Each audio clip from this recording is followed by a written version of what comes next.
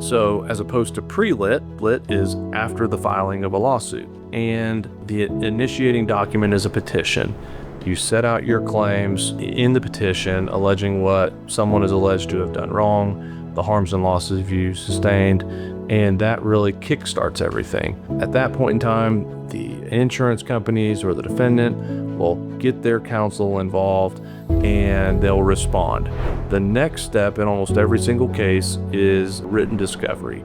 And written discovery, in most basic terms, is essentially written questions sent between the parties to figure out, what do you have, what are your claims, give me what you've got, and to kind of narrow the issues of the case. If written discovery doesn't yield any sort of resolution, deposition is a logical follow-up to those written questions, because instead of getting 30 days to respond to written questions, the attorneys will take the in-person sworn testimony of either a party or a witness live. For our clients, the deposition is a critical point in the case.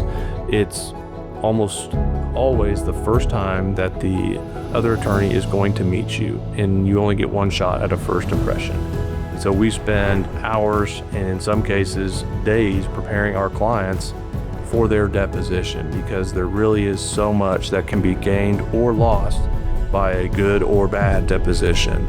And so all of these different steps in the litigation process are getting towards that final end of trial if needed. Oftentimes before trial, courts will require you to attend a mediation or a settlement conference. It's a time in the case when all the important people are brought under one roof to focus on this case and this case only. There'll be an intermediary, an unbiased person who goes back and forth between the parties in an attempt to get the cases resolved. If mediation doesn't work, the final place to be is trial. And as much as some people don't want to be there, and trust me, I get that, that's where I think our expertise and our ability and our previous success in trying cases and showing that, one, we can be successful, but two, we're not afraid to do it, puts us above and beyond a lot of other firms that also work personal injury cases in our area.